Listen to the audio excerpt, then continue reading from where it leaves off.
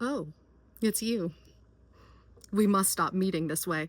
So I'm back again to do a video that I'm sure some of you are going to find super interesting, considering the last one, Borescope video, blew up, by the way. I've also noticed how many people don't know that I work on airplanes, and they're like, what GMC is this? What frickin' Mitsubishi? No, sorry guys, airplanes, not cars. I don't do cars. I do airplanes. See, wings, no engine. That's what we're going to talk about. This thing. So we're going to talk about engines, as per usual with me, because I borescope things and people get really up in arms about it. So we're also going to talk about that. I had one guy that came for me in the comments and he's like, oh, you can't replace compression tests with borescopes. Nobody's saying that, people. Nobody's saying that. What I am saying is that a lot of times I will borescope before I do a compression test because it tells me a lot about the engine, especially if I'm on a pre-buy. It's going to tell me a lot about an engine before I even do a compression test. And today's video, ladies and gentlemen, is a perfect example of that. Perfect example. I just want to like, I'm excited. I got the owner's permission to be able to talk about this. And there's another video that I'm going to make also based off this airplane. Again, owner consent was gained. But as you can tell, you notice that everything blurs out because guys, please stop posting tail numbers unless the owner gives the consent. These tail numbers have a lot of information attached to them, so I really would love it if people would stop posting tail numbers unless you have the owner's consent. That's pretty, like, I'm like, all funniness aside, like dead serious, stop posting tail numbers. Just don't do it. If it's not your airplane, don't post the tail number because you put other people at risk. Whether that be with the FAA, and I know you guys are watching. I heard about that. Actually, I will tell you, there's an NTSB guy or an FAA guy that knows of me and my videos and of the work that I do. Apparently I'm slow, which is fine. I'm one person, and I'm not going to rocket through these things because that's how shit gets missed, especially as a single person working by myself. And just for people to know, I do call in help if I have an airplane that I've been sitting on for too long. I call in other mechanics. I call in friends who are in the aviation industry, engine shop guys, that sort of stuff. And I have them review the work before it goes back on the line, okay? Because a lot of these projects, and I mean this, like I love most of my airplanes we're getting out of project phase, but some of my aircraft are projects. They've come to me, this one, for example, came to me where it had been having some pretty garbage maintenance. The guy was doing annual inspections, and that's another story for another day as far as like talking about pencil whipping things and that sort of stuff. But this is one of those, this is a casualty of airplanes just getting pencil whip sign-offs and guys walking away with $1,000. And when you have to explain to an owner that an annual is not $1,000 anymore, and I don't care how you do it, you're not paid, that's not an annual. Okay, I'm sorry, people. An annual is not $1,000 anymore. It's not $500 and a picture of it flying, right? It is not like that anymore. We're getting down to limited numbers and things are crashing, and we don't want that, right? So we want to be smarter. We want to be smarter about this stuff. So this is a casualty of that situation. But overall, we got really lucky because we caught a lot of this stuff. This is my first annual on this airplane, and I did tell the owner no initially. I didn't want to work on it because I knew it was going to be a project. I didn't want another project, but somehow these airplanes keep finding me. It's like I have something written across my forehead. Idiot. Project. I don't want money. I want to run a nonprofit organization. Like, I swear to Christ, it's written up there somewhere. Anyway, so I want to talk about Borescope. So basically what's going to happen here after I get done yakety yakking, there's going to be a video that pops up. Now, do not laugh at my editing skills. I am trying to do this in between working full time here today. I will be leaving here, catching a 9:30 flight to the East Coast so that I can do a pre-buy, so that I can then turn around and catch a 6 a.m. flight back to the West Coast so I can get my shit together, so I can pack up all my stuff and I can drive to Washington for 2 weeks. I don't know who's making this schedule. My boss is an asshole. I hate that person. I'm just kidding. I'm my own boss. I hate myself. self-loathing. No, anyway, forget you saw that. Okay.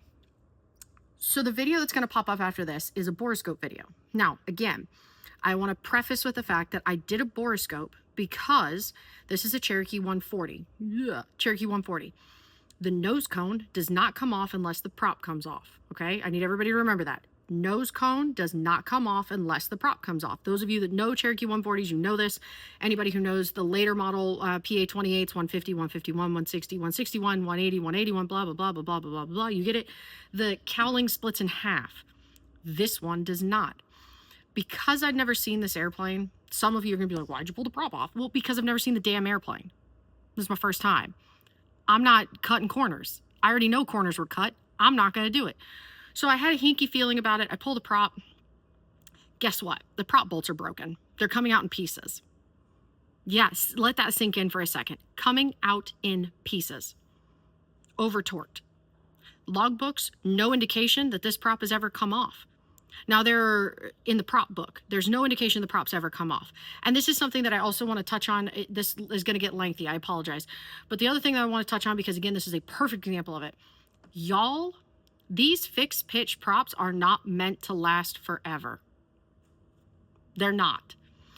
Fixed pitch props also have a TBO, guys. And I get it, as a Part 91, it's a recommendation for us. But holy shit, people, do not last forever.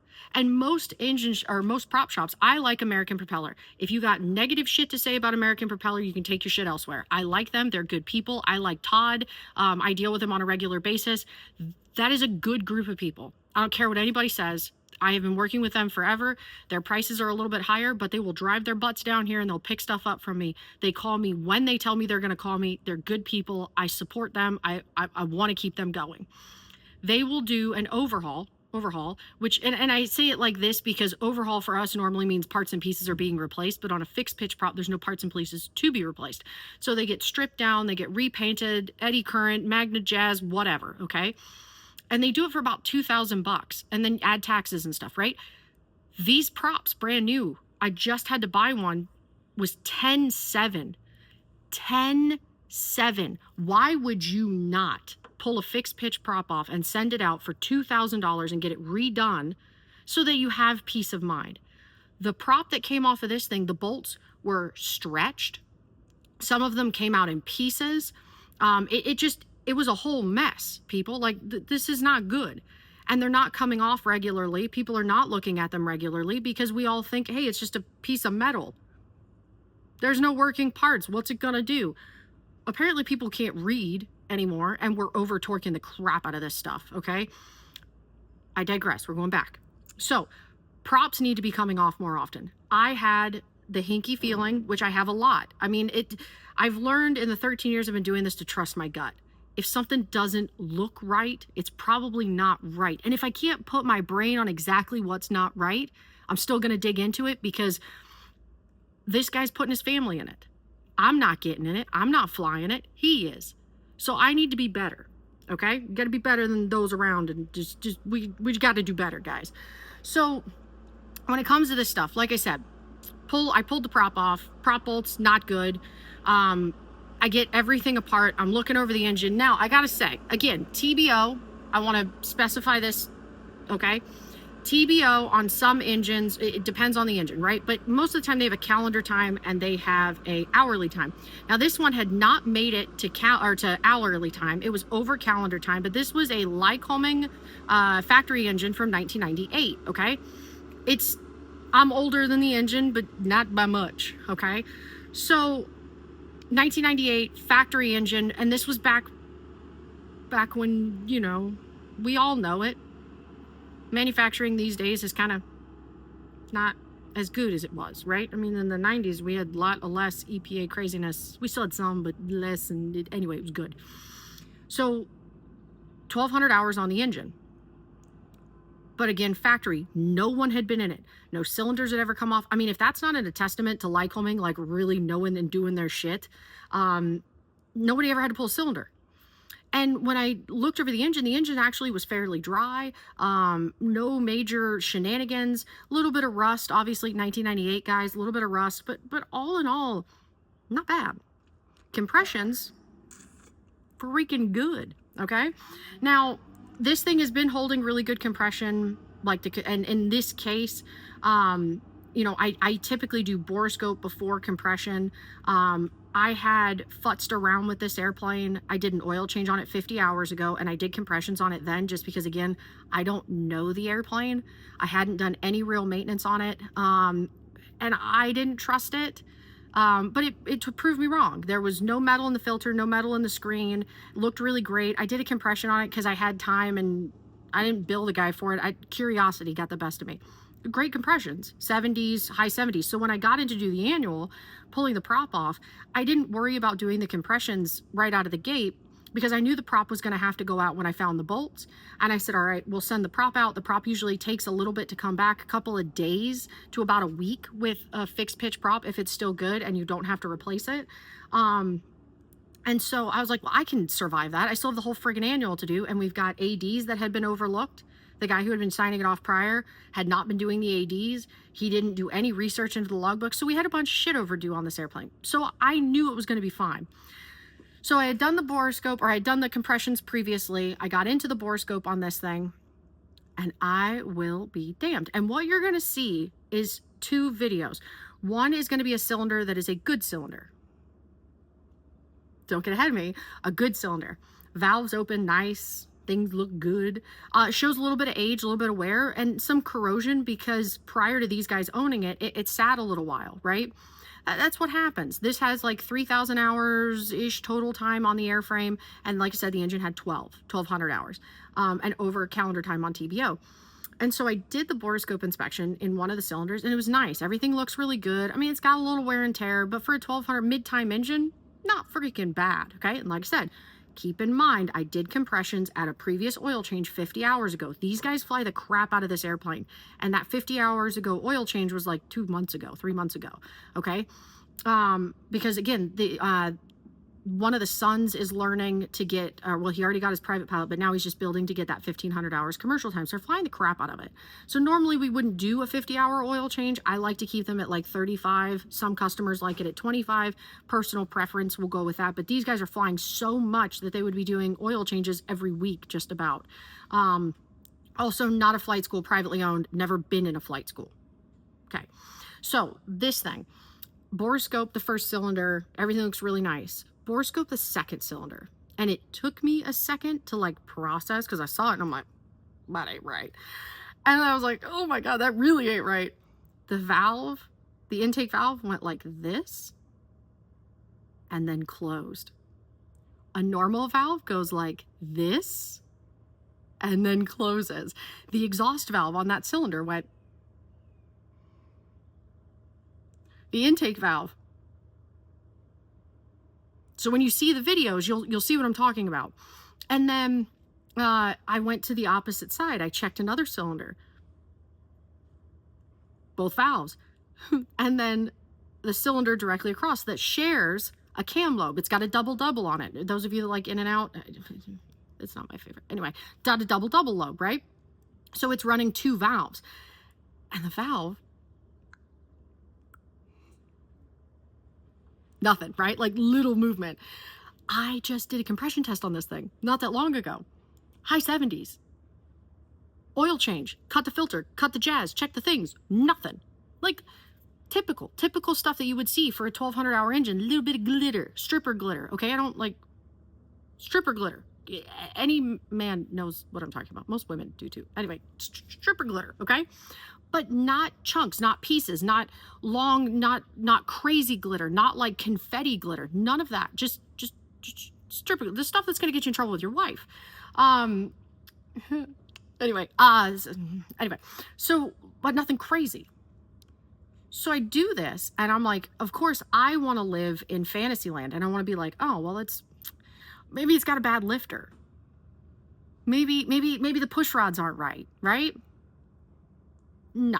So, and the reason why I knew that it wasn't a bad lifter is because when you're doing a borescope and you're pulling the prop through, now in the videos, you're going to notice that it's a little like draggy, a little shaky, and that's because the prop was already off. So I'm using the flywheel, and my Vanna White, who's not here right now, the son of the owner, he was moving the flywheel for me. So it's a little, little jerky. Basically, you'll see movement where it looks a little jerky, and that's all because we didn't have the props, so we didn't have smooth movement going on.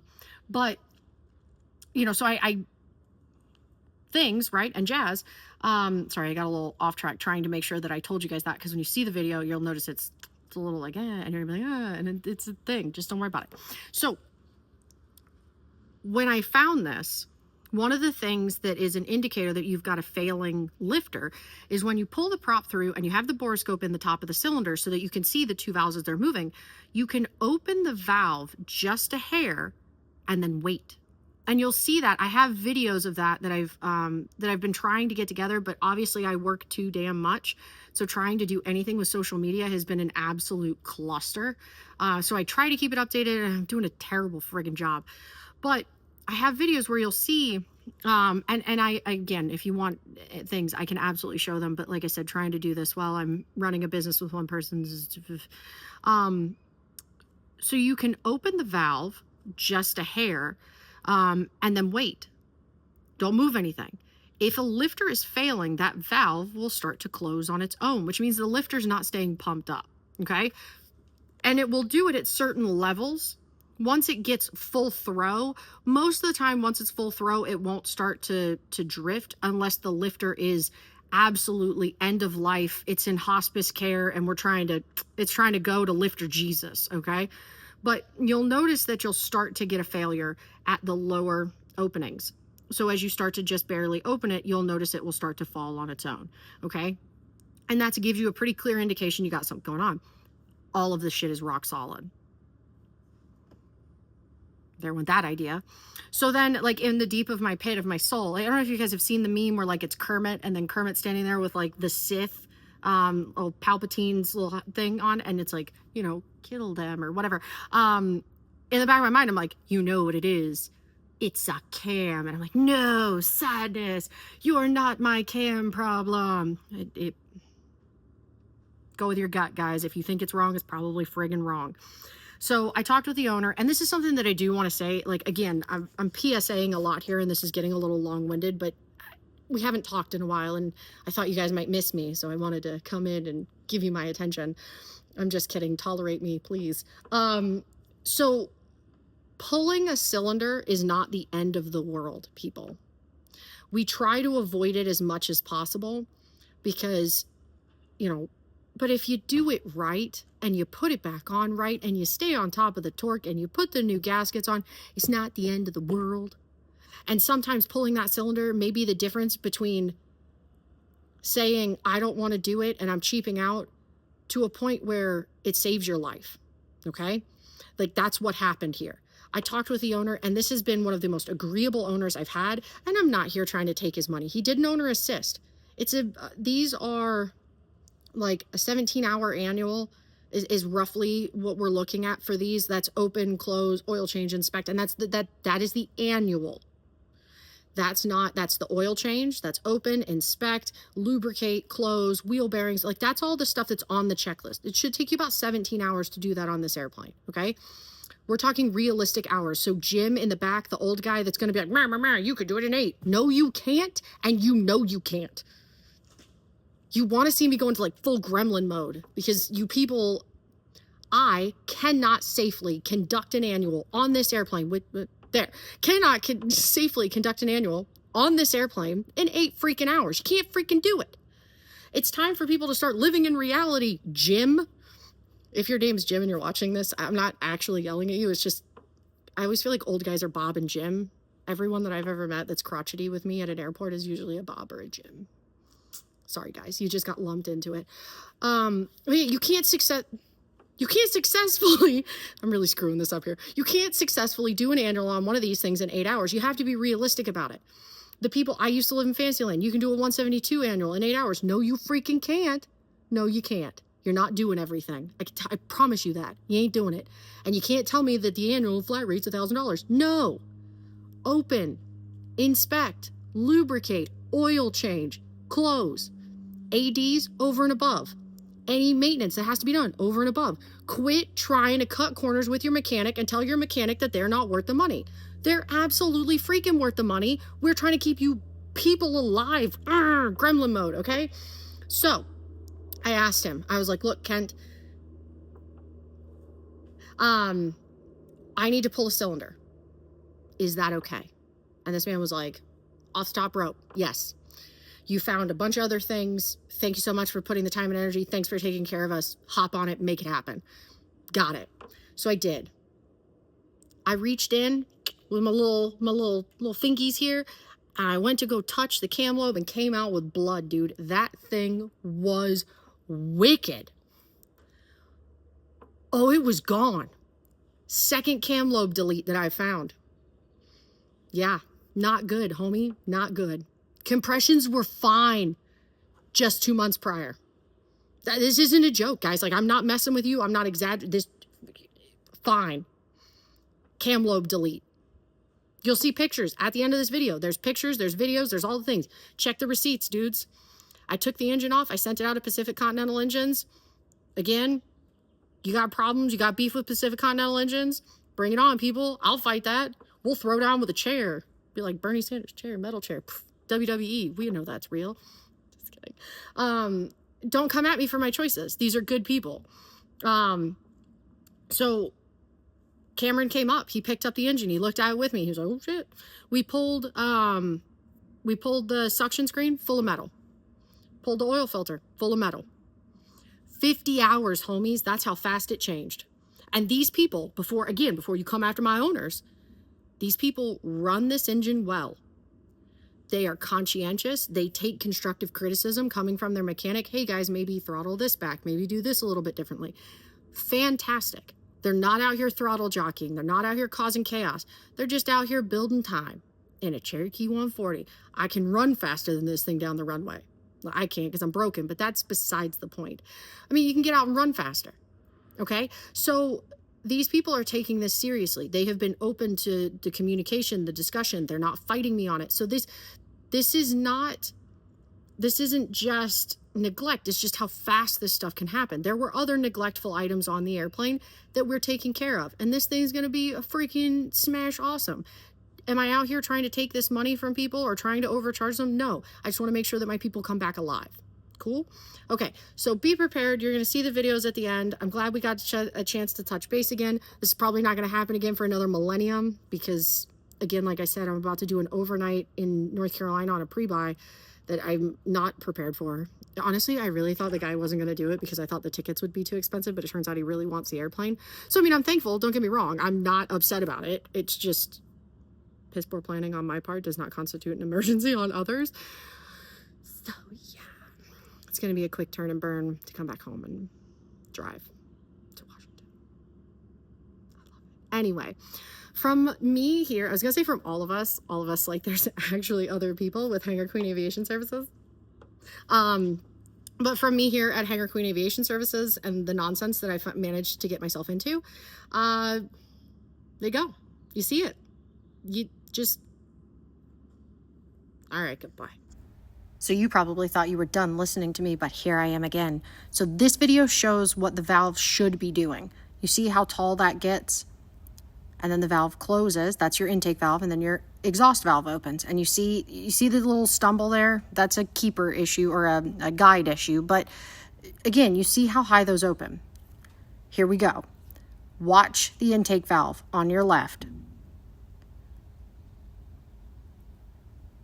Oh my God, if you blinked, you missed it. Should we do an instant replay? Nah, you saw what happened. But that's what I found. Compressions were good, and that's the nonsense. So this is after I pulled the cylinder. You can see just how rigid and ragged here at the bottom of the screen. And again, here you can see where the tappet's all falling apart and the lifter. And this is a good one. This is what a good one should look like for 1,200 hours. Fantastic. And this is what it looks like when it's out. Look at that cam delete.